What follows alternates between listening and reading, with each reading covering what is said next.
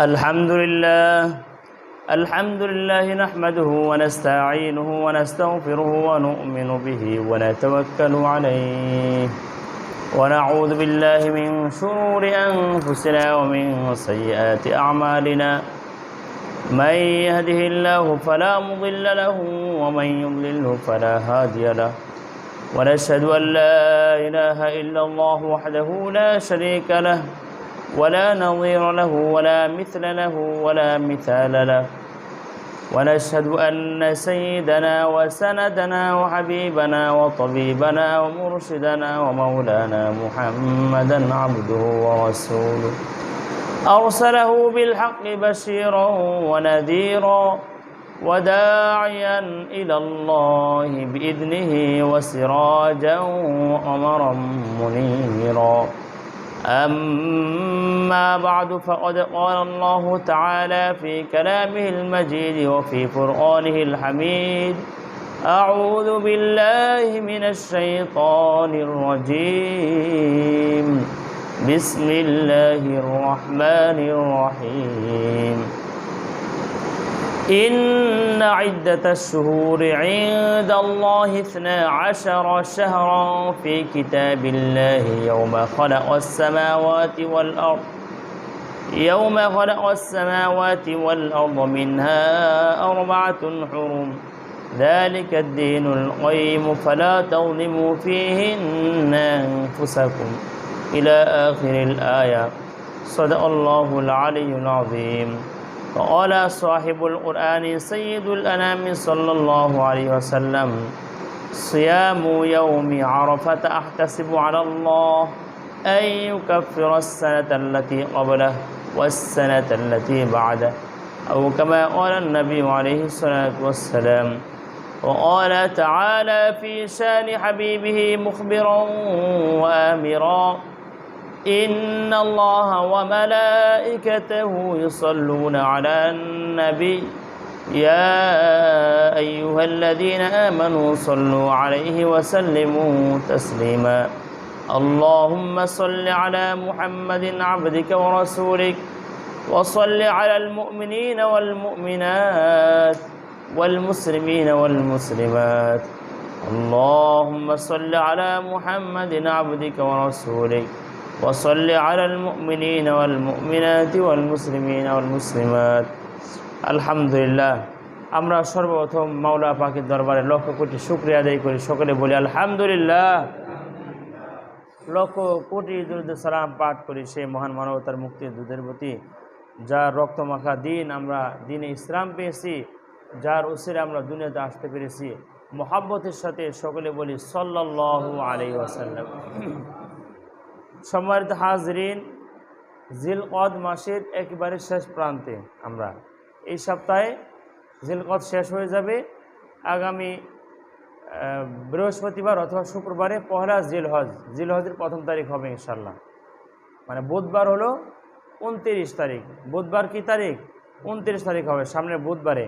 তাহলে বুধবারে সন্ধ্যা চাঁদ উঠলে বৃহস্পতিবার মানে বুধবার রাত থেকে জিলহজ মাসের আরম্ভ হয়ে যাবে, শুরু হয়ে যাবে। আর 30 তারিখ, 30 মানে বৃহস্পতিবারের 30-এ যদি হয় তাহলে শুক্রবারে 1ম তারিখ হবে, আগামী জুমার দিন। জিলকদ, জিলহজ, মুহররম। আল্লাহ তাআলার নিকটে কোরআনে কারীমের সূরাত তাওবা 10 পারা 11 নম্বর পৃষ্ঠার শেষে আল্লাহ তাআলা বলেন ইন্না ইদ্দাতাশ শুহুরি ইনদাল্লাহি 12 শাহরা ফি কিতাবিল্লাহি ওয়া খালাকাস সামাওয়াতি ওয়াল আরদ মিনহা 4 হুরুম। নিশ্চয় অবশ্যই আল্লাহ তাআলার নিকটে 12টা মাস যে আছে, 12 শাহরা 12 মাস। কোরআনের ভিতরেও 12 মাসের কথা আসছে। ইয়াওমা খালাকাস সামাওয়াতি ওয়াল আরদ, যেদিন আল্লাহ তাআলা ভূমণ্ডল ও আসমান জমিন, ভূমণ্ডল মানে আসমান ও জমিন সৃষ্টি করেছেন, সেদিন থেকে 12 মাসের নির্ধারিত সিস্টেম করে দিয়েছেন। 12 মাসে 1 বছর। আর এই 12 মাসের ভিতরে মিনহা 4 হুরুম, 4 মাস। 4 মাসের গুরুত্বটা অনেক বেশি। 4 মাস হলো বেশি সম্মানী। মিনহা 4 হুরুম, বেশি সম্মানী। এই মাসে বেশি মেনে চলতে হয়। মাসগুলো কি? জিলকদ, জিলহজ, মুহররম আর রজব। জিলকদ, জিলহজ, মুহররম, রজব, এই 4 মাসের কথা উল্লেখ হয়েছে হাদিসের ভিতরে। এই 4 মাস মুহররমুল হারাম, ফালা তাযলিমু ফীহিন্না, সুতরাং তোমরা এই মাসগুলোতে নিজেরা নিজেদের উপরে জুলুম অত্যাচার করিও না, মানে গুনাহের কাজ করিও না, আল্লাহ তাআলা বলছেন। নবীজি সাল্লাল্লাহু আলাইহি সাল্লামের অনেকগুলো হাদিসে এই 4 মাসের গুরুত্বের কথা আছে, যে আরবের আগে থেকেই জাহেলিয়াতের যুগে, বর্বরতার যুগ যেটাকে বলে, বর্বরতার যুগে ওরা সারা বছর খুব মারামারি, কাটাকাটি, হানাহানি করতো। এই 4 মাস আসলে তারা এই কাজগুলো বন্ধ রাখতো। সারা বছর যতই পাপাচারে লিপ্ত থাকুক, যত গুনাহ করুক, এই 4 মাসকে তারা বিশেষ নজরে দেখত। এই 4 মাসে তারা অন্যায় অবস্থার, জুলুম অত্যাচার এগুলো করতো না। এই 4 মাসে খারাপ কাজ করতো না, ওরাও এটা মানতো। তো আল্লাহ তাআলাও মুসলমানদের জন্য এই 4 মাসকে সম্মানী, অতি সম্মানী করে দিয়েছেন, যে এই 4 মাস, অন্য মাসে তো করা যাবে না, এই মাসগুলোতে আরও করা যাবে না, এই মাসে গুরুত্বটা বেশি দেওয়া হয়েছে। আল্লাহু আকবার। এখন আমাদের কিছু আমল আছে যেগুলো জিলকদ মাস এবং জিলহজ মাসের সাথে সম্পৃক্ত। এই আমলগুলো আমাদের জানা অতীব জরুরি। জিলহজ মাস শুরু হয়ে গেলে নবীজি সাল্লাল্লাহু আলাইহি সাল্লাম টানা লাগাতার রোজা রাখতেন 9 তারিখ পর্যন্ত, আরাফার দিন পর্যন্ত। আরাফার দিন মানে 9 তারিখ, ইয়াউমুল আরাফা 9 তারিখ পর্যন্ত। আর ইয়াউমুন নাহার 10 তারিখ তো ঈদ, ঈদের দিন রোজা রাখা হারাম, ঈদের দিনকে রোজা রাখা হারাম, এই জন্য রোজা রাখতেন না, এই জন্য রোজা রাখা আমাদেরও চলবে না। নবীজি সাল্লাল্লাহু আলাইহি সাল্লাম লাগাতারে এই 9 দিন রোজা রাখতেন। বিশেষ করে আরাফার রোজা মানে 9 তারিখের রোজা, আরাফার দিন যে 9 তারিখ, যেই দেশে 9 তারিখ হবে ওই দেশে রোজা হবে। ওই হাজির সাহেবরা আমাদের বাংলাদেশে 8 জিলহজ, ওদের ওই দিন হয় 9 জিলহজ, ওরা সেদিন আরাফার ময়দানে অবস্থান করে। উকুফে আরাফা, উকুফে আরাফা বলা হয়, আরাফার ময়দানে কিছুকাল অবস্থান করা। এটা হলো হজের ফরজ সময়ের একটি ফরজ, যেটা না করলে নামাজ হবে না। যেমন আপনি নামাজের ভিতরে যে ফরজ আছে, নামাজের ভিতরে বাইরে 13 ফরজ, নামাজের বাইরে 7 ফরজ, নামাজের ভিতরে 6 ফরজ। ফরজের কোনো একটি ছেড়ে দিলে নামাজ হবে না। শরীর পাক, কাপড় পাক, নামাজের জায়গা পাক, সতর ঢাকা, কেবলামুখী হওয়া, অক্তমতো নামাজ পড়া, নামাজের নিয়ত করা, এই 6টা হলো, 7টা হলো বাহিরে।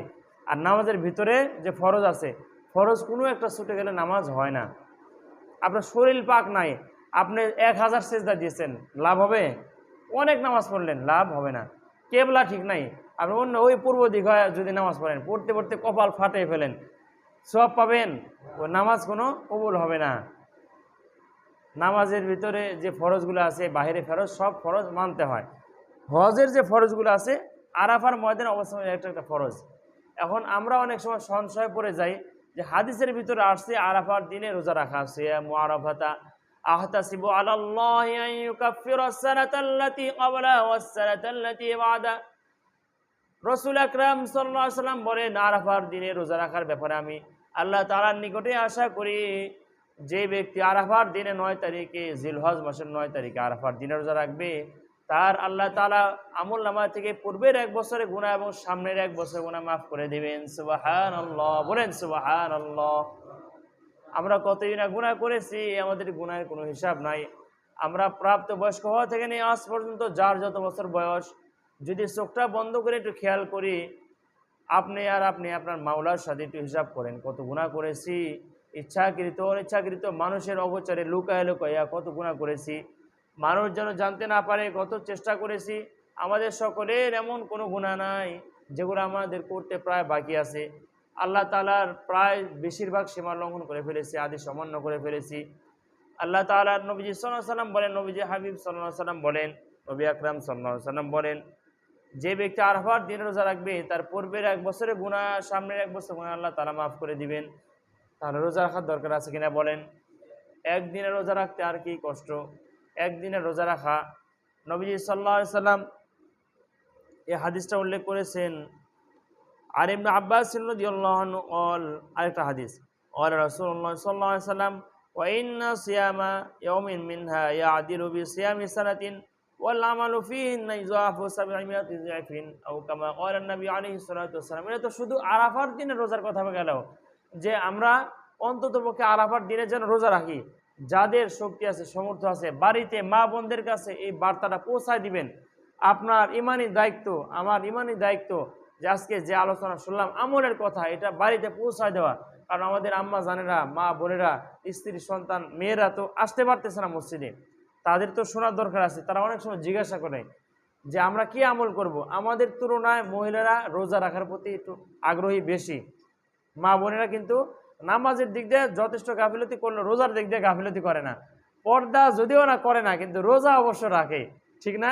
আমাদের অঞ্চলের কথা বলতেছি, এদিকেও এমন হওয়ার কথা। বাংলাদেশ তো হাব ভাব তো প্রায় একই রকম। মা বোনেরা পর্দা করা ফরজ, রোজা রাখা ফরজ। ওই পর্দা না করলেও রোজাটা ঠিক রাখে। ওদের না খেয়ে থাকার একটা মুড বা আছে, স্বামীর সাথে ঝগড়া, এই রাগ করে 2 বেলা খেলো না। আর আমরা তো ক্ষুধা লাগলে মানে মাথা ঠিক থাকে না। কারণ এটারও কারণ আছে, এটার অনেক ব্যাখ্যা বিশ্লেষণ, এটা সামনে একদিন ইনশাল্লাহ বলবো এটা কেন। আচ্ছা, আরেকটা হাদিস নবীজি সাল্লাল্লাহু আলাইহি ওয়াসাল্লাম বলেন, ওয়াইন্না সিয়ামা ইয়াউমিন মিনা, নবীজি সাল্লাল্লাহু আলাইহি ওয়াসাল্লাম যে আরাফার মানে জিলহজ মাস পড়বে সামনের বৃহস্পতিবার অথবা শুক্রবার থেকে, জিলহজের পুরা 9 দিনে রোজা রাখতেন। তো নবীজি সাল্লাল্লাহু আলাইহি ওয়াসাল্লাম কি অযথা রোজা রাখতেন? অবশ্যই এর ফজিলত আছে। এর ফজিলতটা কি? রাইসুল মুফাসসিরিন আব্দুল্লাহ ইবনে আব্বাস রাদিয়াল্লাহু আনহু বলেন, নবীজি সাল্লাল্লাহু আলাইহি ওয়াসাল্লাম বলেন, হে আমার উম্মতেরা, এই 9 দিন আমি কেন রোজা রাখি তোমরা কি জানো? এই 9 দিনের একটি রোজা সিয়ামি সানাতিন, একটি রোজা 1 বছর রোজা রাখার সমতুল্য সওয়াব। সুবহানাল্লাহ। এই যে 9 দিন, একদিন রোজা রাখবেন, এক রোজা এক লাগাতারে 1 বছর রোজা রাখলে যে সওয়াব, সেই সওয়াব আপনার আমলনামায়, আমার আমলনামায় দেওয়া হবে। সুবহানাল্লাহ, সুবহানাল্লাহ। এরপর নবী সাল্লাল্লাহু আলাইহি ওয়াসাল্লাম বলেন, ওয়াল আমালু ফিহিন্না ইযাফু 700 জিয়াফিন, এবং এই দিনগুলোতে আমল করা, একটি আমল করলে 700 গুণ বৃদ্ধি করে দিবেন আল্লাহ সুবহানাহু ওয়া তাআলা। সুবহানাল্লাহ। আপনি একটি নফল আমল করবেন, অন্য মাসে 700 নফল আমল করার মতো সওয়াব হবে। অন্য সময়ে এই 9 দিন এমন ফজিলত, যেটা আমাদের সামনে বৃহস্পতিবার অথবা শুক্রবার থেকে কি হয়ে যাবে? আরম্ভ হয়ে যাবে। যেহেতু ওই আর জুমা পাবো না জিলহজের, এজন্য আগে বলতেছি, আপনারা যেন এখন থেকে প্রস্তুতি নিতে পারেন, মন মানসিকতা মাইন্ড এখন থেকে সেট করতে পারেন, মা বোনদের কাছে যেন দাওয়াতটা পৌঁছাইতে পারেন, এই জন্যই বলা। আমল করা যাবে তো ইনশাল্লাহ? আর পুরা 9 দিন গরমের দিন রোজা যদি রাখতে পারলে আলহামদুলিল্লাহ এই ফজিলতগুলো পাবো। না রাখলে আরাফার দিন অবশ্যই আমরা রোজা রাখবো ইনশাল্লাহ, সবাই রাখবে ইনশাল্লাহ। নিয়ত আছে না ইনশাল্লাহ?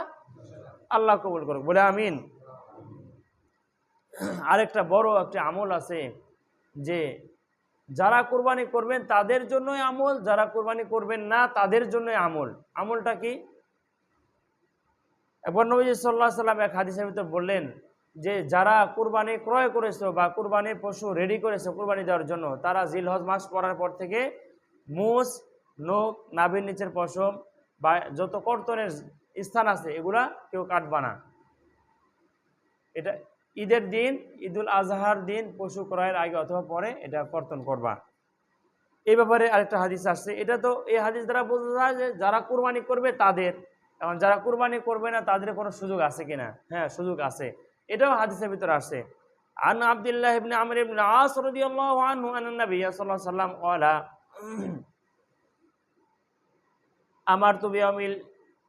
আমারতু বিয়াউমিল আযহা ঈদান জাআলাল্লাহু আযজা ওয়া জাল্লা জাআলাহু আল্লাহু আযজা ওয়া জাল্লা লিহাদিল উম্মাহ।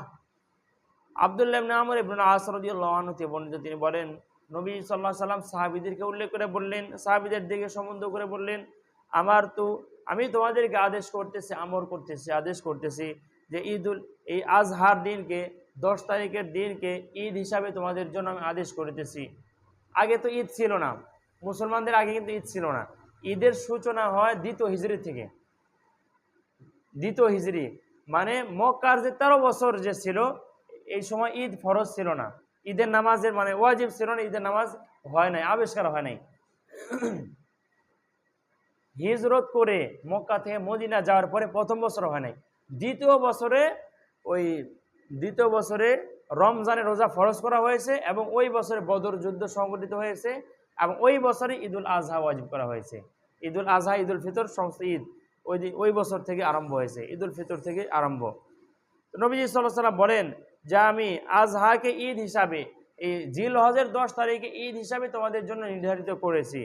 আর জালাহুল্লাহু আজ্জা ওয়া জাল্লা লিহাদিল উম্মাহ, আল্লাহ তাআলা এই উম্মতের জন্য এই দিনকে, এই 10 তারিখের দিনকে ঈদ হিসাবে মনোনীত করেছেন। কে করেছেন? আল্লাহ তাআলা। আর ওয়ামা ইয়ানতিকু আনিল হাওয়া, নবীজি সাল্লাল্লাহু আলাইহি সাল্লাম তার নিজের ইচ্ছায় ভিতর থেকে কোনো কথা বলেন না, আল্লাহ তাআলা আদেশ ছাড়া। ইন হুয়া ইল্লা ওয়াহয়ু ইউহা, নিশ্চয় এটা ওহী, যে ওহী প্রেরণ করা হয়। নবীজি সাল্লাল্লাহু আলাইহি সাল্লাম যা বলেন আল্লাহ তাআলা থেকে শুনে এরপরে বলেন, মন গড়া কিছু বলেন না। এই জন্যই এরপর নবীজি সাল্লাল্লাহু আলাইহি সাল্লাম বলেন, ইয়া রাসূলুল্লাহ, আর রাজুলু, এক ব্যক্তি, আর আইতা ইল্লাম আজিদ ইল্লা উযিহাতা উনসা উযহিয়াতান উনসা আফা আযহি বিহা। ইয়া রাসূলুল্লাহ সাল্লাল্লাহু আলাইহি সাল্লাম, আপনার অভিমত কি? অভিমত পেশ করুন। এক ব্যক্তি যার শুধু একটি দুগ্ধবতী পশু আছে, যে পশু থেকে সে দুধ দহন করে খায়, পরিবারকে খাওয়ায়, গাভী বা উটনি অথবা ছাগল, যে ছাগল দুধ দেয় এমন আছে, অথবা এটা যানবাহন, এটাকে শুধু বাহন হিসেবে ব্যবহার করে, তার আর কোনো বাহন নেই। এখন এই ব্যক্তি কি দুগ্ধবতী যে আছে, পশু আছে, এটাকে কুরবানি করবে? এবং বাহন যেটাকে সে ব্যবহার করে বিভিন্ন যাতায়াতের জন্য, শুধু এই পশু ছাড়া তার নিকটে আর কোনো পশু নাই, তাহলে সে কি করবে ইয়া রাসূলুল্লাহ? সে কি আফা আযাহি বিহি আফা উযাহি বিহা, সে কি এই পশুটাই কুরবানি করবে?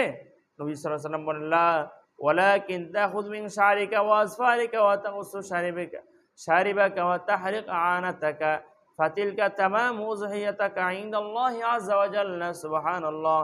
নবী সাল্লাল্লাহু আলাইহি ওয়াসাল্লাম বললেন যে না না না, তার তো একান্ত জরুরি, তার তো প্রয়োজন হলো ওই দুগ্ধবতী পশুর দুধ পান করা, বা যানবাহন যেটা আছে এটাকে আরোহণ করা, এটার উপরে যানবাহন হিসেবে ব্যবহার করে, এটা তো তার তো জরুরি।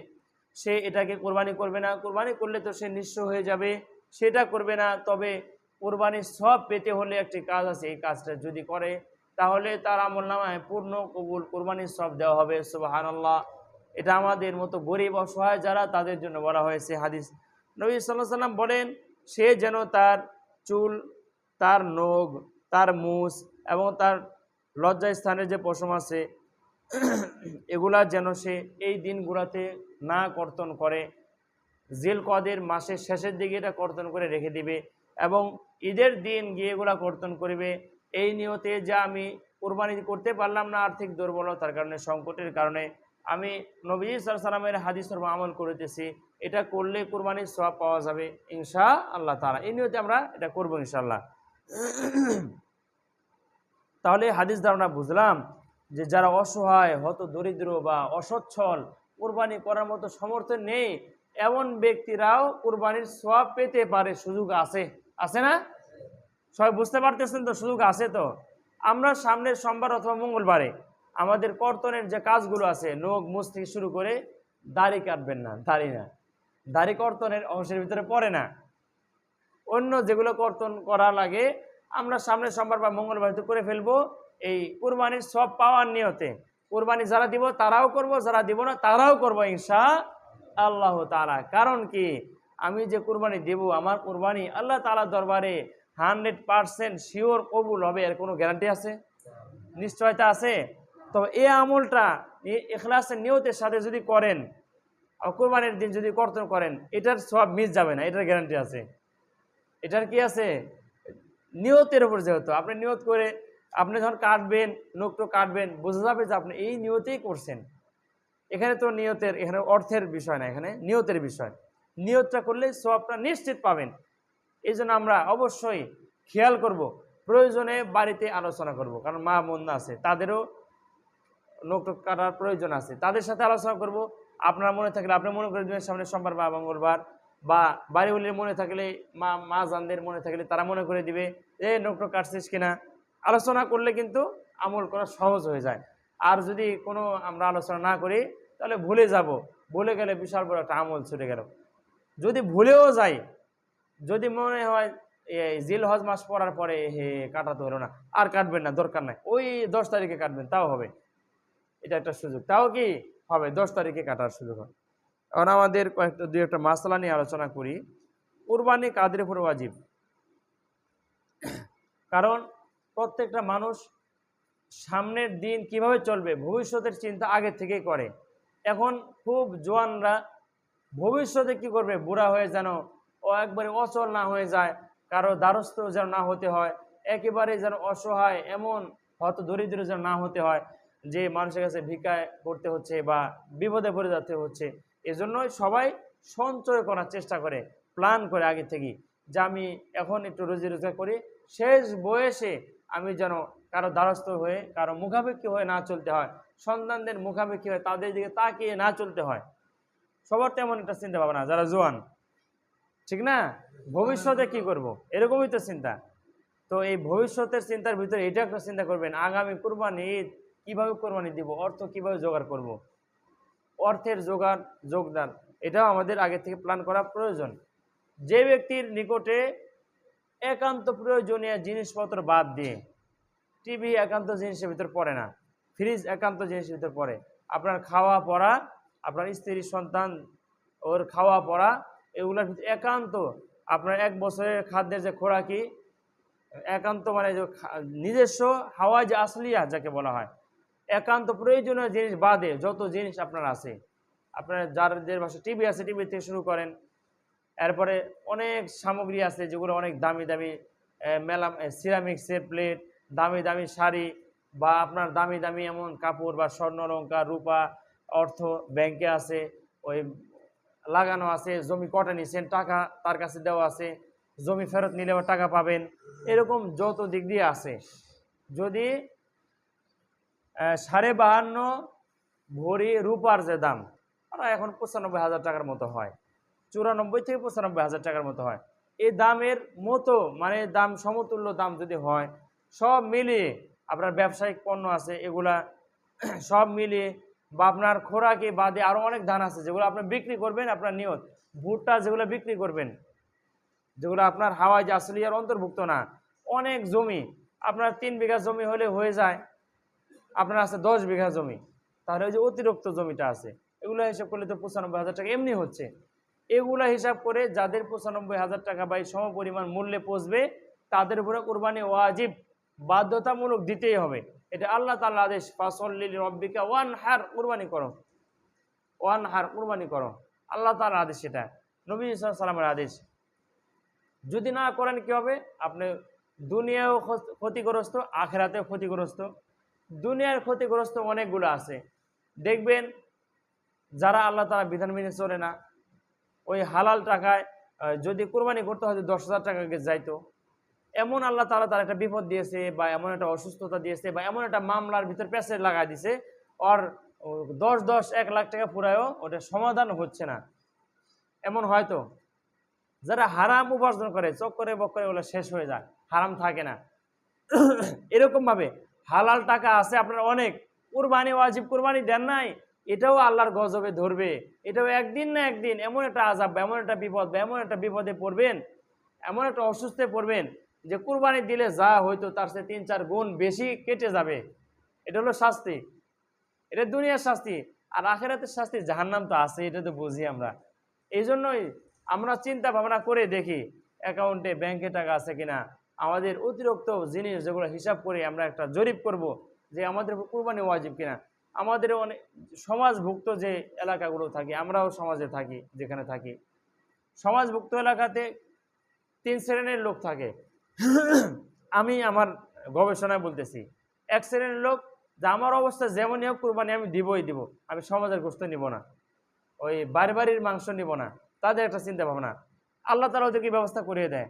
আরেক শ্রেণীর লোক আমার অবস্থা যেমনই হোক, যত আমার টাকা হোক, আগে একসময় গরিব ছিলাম, এখন কালে ক্রমে ছেলে এখন কামাই করতেছে, ভাই আমি কুরবানি না দেওয়ার যে অভ্যাস, কুরবানি দিলে আমার মানুষকে কি কয় বড়লোক হয়ে গেছে কিনা, কুরবানি দিব না, আমি বাড়ির মাংস বা সমাজের গোশতই খাবো। আর মধ্যম একটা শ্রেণী থাকে, ওদের অবস্থা ভালো হলে কোরবানি দেয়, আর ভালো না হলে কোরবানি দেয় না। বা অনেকে এই চিন্তা করে যে এত টাকা দিয়ে কোরবানি দেয় কি লাভ, এই 700, 800, 500 টাকা দিলেই তো কোরবানির গোশত পাওয়াই তো যাচ্ছে সমাজের, তো কোরবানি দিয়ে লাভ কি? আর কোরবানি দিয়ে লাভ কি এটা তো আপনি বুঝেনি নাই। প্রতিটা পশমেরই পনেরো একটা করে সওয়াব, সুবহানাল্লাহ। কুরবানির হৃষ্টপুষ্ট মোটা তাজা পশু দিলে আপনি পুল সিরাতের পুল তার পিঠের উপর সরে পার হয়ে যেতে পারেন বিদ্যুতের গতিতে, তার চেয়ে বেশি গতিতে। আর না দিলে এই যে এখন 500 টাকা দিয়ে ভাগ নিলেন কুরবানির ইয়ার সমাজের, এই যে দেন নাই, আল্লাহ তাআলার হিসাবে তো আছে। আপনি তো মনে হচ্ছে জিতে গেছেন, যে 600-700 টাকা দিয়ে 2 কেজি গোশত পাইছি। আরে 700 টাকা তো কেজি গোশত, 2 কেজি, এই হিসাব আমরা আমাদের সমাজের কথা বলতেছি। আপনি এখানে ভালো আছেন যে 700 টাকা দিলে তো 2 কেজি গোশত পাওয়া যায়, তাহলে অযথা এত টাকা দিয়ে আবার গোশতের ভাগ দেওয়া লাগে, দিব না। আপনি হিসাব করবেন ওই বছরের ভিতরে আল্লাহ তাআলা আপনাকে এমন একটা ধরবে, এক ধরাতে দেখবেন যায় যেই টাকা লাগতো কুরবানির তার চেয়ে বেশি খরচ হয়ে যাবে ওই বিপদের ভিতরে। এজন্যই আমরা আল্লাহ তাআলার অসন্তুষ্টি হয়, দুনিয়াতে আযাব আখিরাতের আযাব থেকে বাঁচার জন্য আমরা কুরবানি দিব, আমাদের মনটা একটু বড় করবো ইনশাআল্লাহ তাআলা। যাদের কুরবানি ওয়াজিব না তারাও যদি দেন, আল্লাহ তাআলা আপনাকে তার চেয়ে বেশি বরকত দিয়ে ওই যে ঘাটতি গেছে ঘাটতি পূরণের দায়িত্ব আল্লাহ তাআলা নিয়ে নেবেন। আপনি আল্লাহর রাস্তায় কুরবানি করে দেখেন, আল্লাহ তাআলা আমাদেরকে তৌফিক দান করে, বলে আমিন। ওয়া আখিরু দাওয়ানা আলহামদুলিল্লাহি আলামিন। জি বলেন। জি জি আছে। হ্যাঁ, প্রথম হলো নিয়ত। জি হ্যাঁ, গোশত খাওয়ার নিয়ত এটা তো সবাই জানি, এটা তো কমন একটা প্রশ্ন যে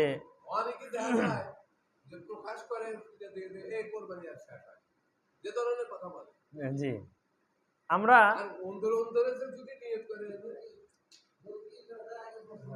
হ্যাঁ আগে গোশত হিসাব করি।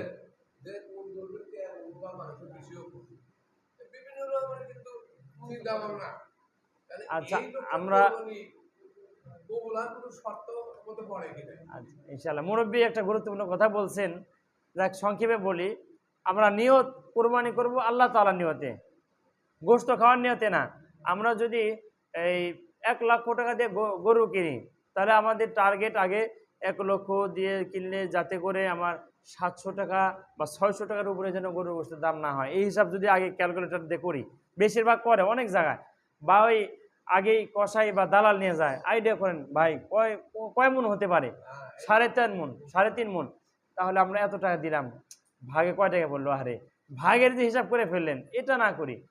এমনি কোরবানি পশু দেখে শুনে যেন লস না হয় সেটা তো দেখা লাগে, এটা এক বিষয়। যে আপনার টাকা দিয়ে আপনি কিনবেন, লসের ভাগ যেন না হয়, এটা ঠিক আছে।